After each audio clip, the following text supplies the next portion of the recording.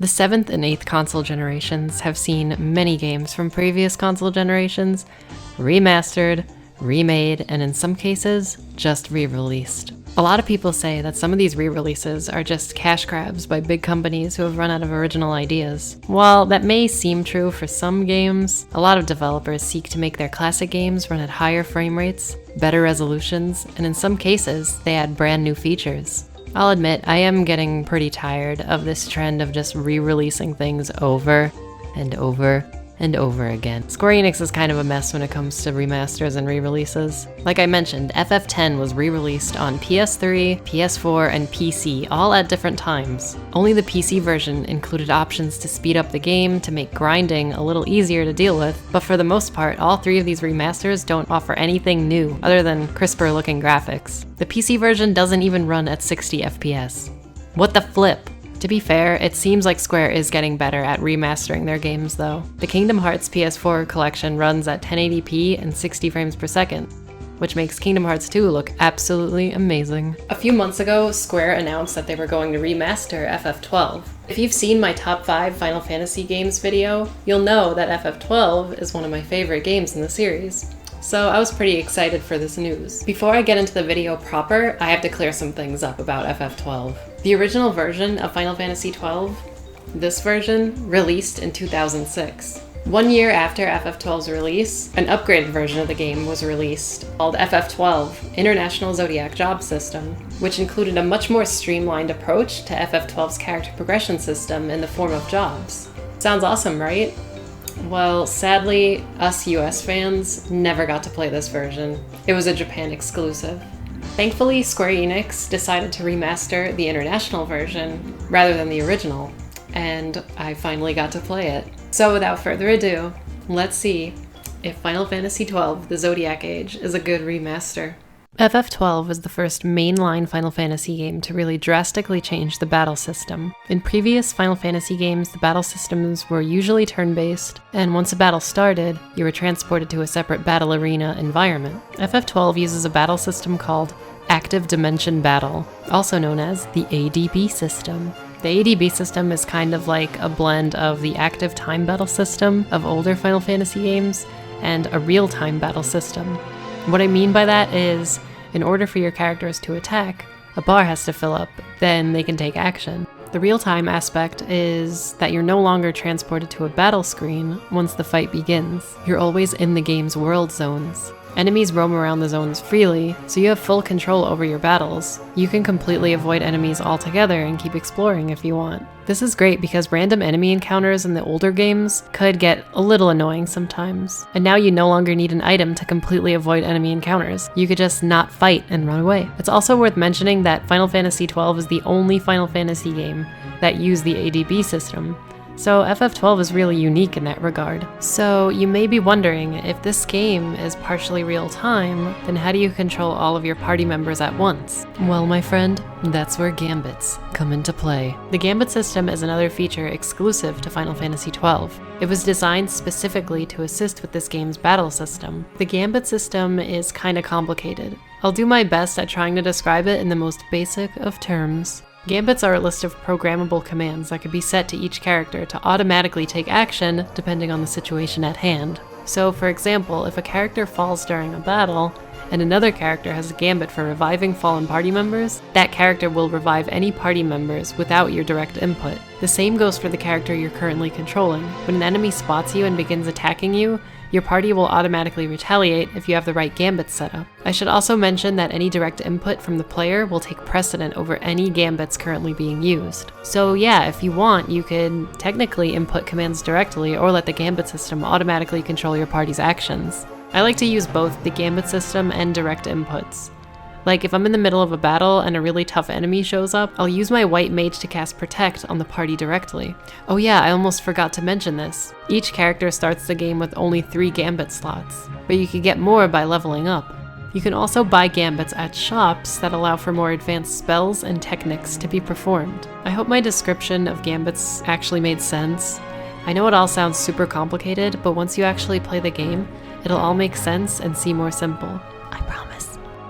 The way FF12 handles character progression is also very unique. Enter the license board. Once again, for the folks who don't know, the license board only appeared in Final Fantasy XII. When you defeat an enemy, the party gains license points to use on the license board. Each tile on the license board grants you the ability to use certain spells, weapons, and equipment. These tiles don't give you the weapon or spell, just the ability to use them when you eventually buy or find said weapon or spell. This is good from a progression standpoint, as higher level weapons are locked behind license board tiles that cost more LP, meaning you have to grind more for those weapons. In the original version of FF12, every character had the exact same license board. That meant everyone would eventually end up learning the same abilities, and overall it was kind of boring for character progression. This is where the Zodiac job system comes into play. First introduced in the international version of FF12 and featured in the remastered Zodiac Age, the Zodiac job system gives players the chance to make each character in the game truly unique.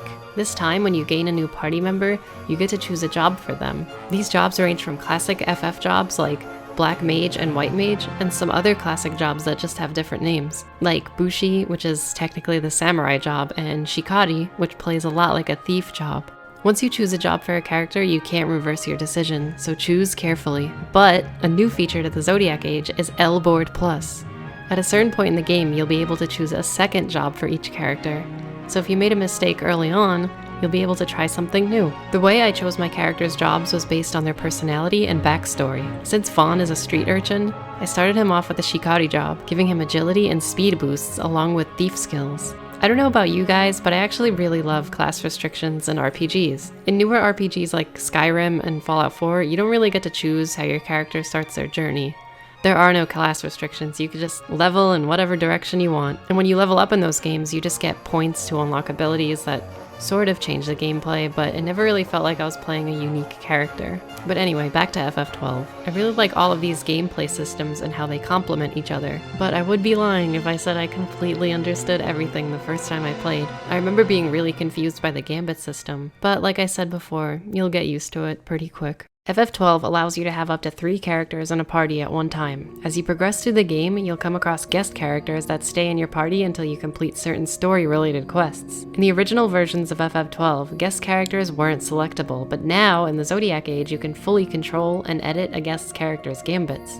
I love this because now guest characters actually feel like party members rather than people that were just following you around for the sake of the plot. Like guest characters, you can now fully control espers too. This is really awesome. As you can imagine, espers are incredibly powerful and have those awesome AoE attacks.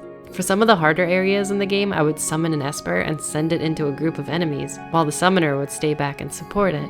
This new feature of control adds so much more strategy to the battles. Also, it's just awesome playing as a giant mythical creature. FF12's version of limit breaks, aka quickenings, no longer use MP in the Zodiac Age. They just drain your mist gauge. Now your Black Mage isn't going to be left defenseless anymore after a quickening.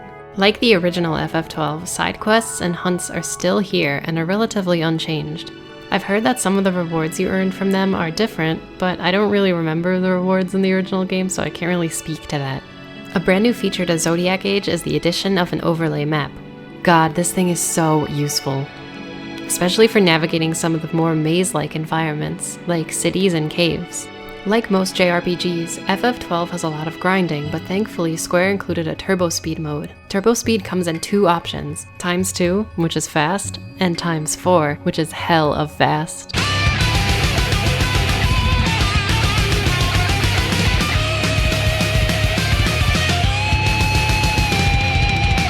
The overlay map and turbo speed make this game go by so quickly. If this is your first time ever playing FF12, I recommend just playing the game normally, like, take in the environments, enjoy the world and stuff. Unless you're grinding, in that case.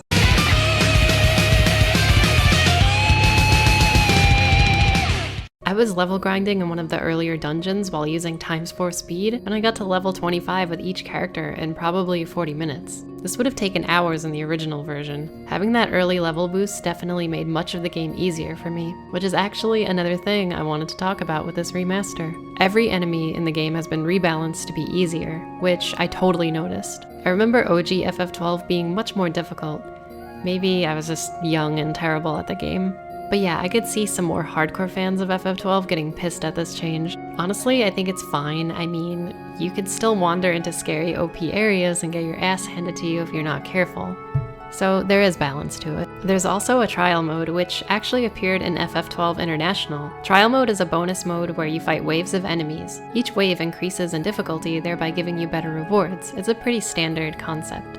Zodiac Age's trial mode is a little different. You can actually take the rewards you earn into the main game. Finishing trial mode nets you a bonus New Game Plus mode where your characters don't level up. The ultimate challenge, baby. I played a few waves of trial mode and it was really fun, but honestly, I don't know if I'll go back to it anytime soon. There are also a bunch of smaller changes present in Zodiac Age, but you guys can look those up later. Anyway, I'm really happy with how Zodiac Age plays. It's FF12, but better. Like every remaster, FF12 The Zodiac Age looks a lot better than its original counterparts. The resolution is now in HD and the game's textures have been upgraded. Mostly. The character models have been greatly improved and in some cases, remodeled. That's right, everyone. Vaughn no longer looks like he's wearing a weird muscle shirt. He actually has a belly now. That was actually one of the things I was most looking forward to with this remaster. It always freaked me out in the original game. Just look at it. It's like skin armor. Yuck!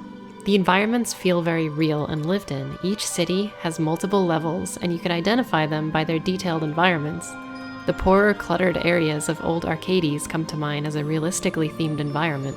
With all of that said, some of the environments still look kinda PS2-ish. A lot of the city textures in particular, but it never took me out of the experience. FF12 always looked good for a PS2 game, so the HD transition was pretty seamless. The game still runs in 30 FPS, which is just fine for this type of game. It's not a super fast-paced action game like Kingdom Hearts 2 or Devil May Cry. The entire soundtrack was reorchestrated, and it sounds great. The new tracks are very high quality, but you also have the option to revert back to the original OST at any time during the game. I've been really liking the revamped tracks quite a bit. I think the voice recording quality still sounds pretty bad though. It's a little bit better than the PS2 version, but it still sounds like they recorded everything through a tin can. Once again, I wish this was better, but it didn't kill the experience for me then, and it didn't kill it for me now. I didn't even know what you looked like. And the prince? I barely knew there was a prince. Who knows? Maybe the person I saw was my brother. In my top 5 FF games video, I said that FF12's story felt more mature than some of the previous FF stories, and I still stand by that. The plot isn't as convoluted as some of the older games, and once you get all the terminology down, it's really easy to follow along with what the characters are talking about. The dialogue was written and performed in a Shakespearean style. Most of the voice acting is really good. It's kind of weird how almost every character in the game speaks with an Old English accent, but Vaughn and Penelo speak with modern-day American accents for some reason.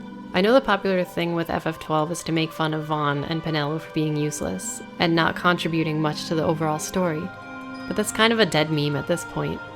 Like, yeah, Vaughn doesn't have much to do, but he is the catalyst that brings everyone together. And it's not like he's a total blank slate. He has a little bit of a backstory and motivation to stay with the group. I will admit, it's super lame whenever you return to a town or settlement, the game auto-switches your party leader back to Vaughn. I wish with the remaster, they would just allow us to fully play as whoever we wanted. For most of the game, the entire party travels around together anyway, so it doesn't really make sense why you have to switch your party leader back to Vaughn. It makes sense for the scenes where certain characters get separated or have to leave for the sake of the plot. But I don't know, it's just something that really bugs me about FF12. The story hasn't changed at all from the original versions. Everything is exactly as you remember it. And for new players, you'll be getting a very standard but well-told take back the kingdom, save the princess story with a nice FF Ivalice twist. In conclusion, Zodiac Age is a great remaster, keeping the core gameplay and story intact while also improving the overall experience and pacing with new features. If you've never played FF12 before, this is a good place to start. If you love JRPGs, you should seriously try this one out. I feel like there's nothing else out there like it in terms of its gameplay. Playing through FF12 again felt refreshing. It was cool just relaxing with a more slower and strategic gaming experience. It looks like Square is finally figuring out what to do with their re-releases.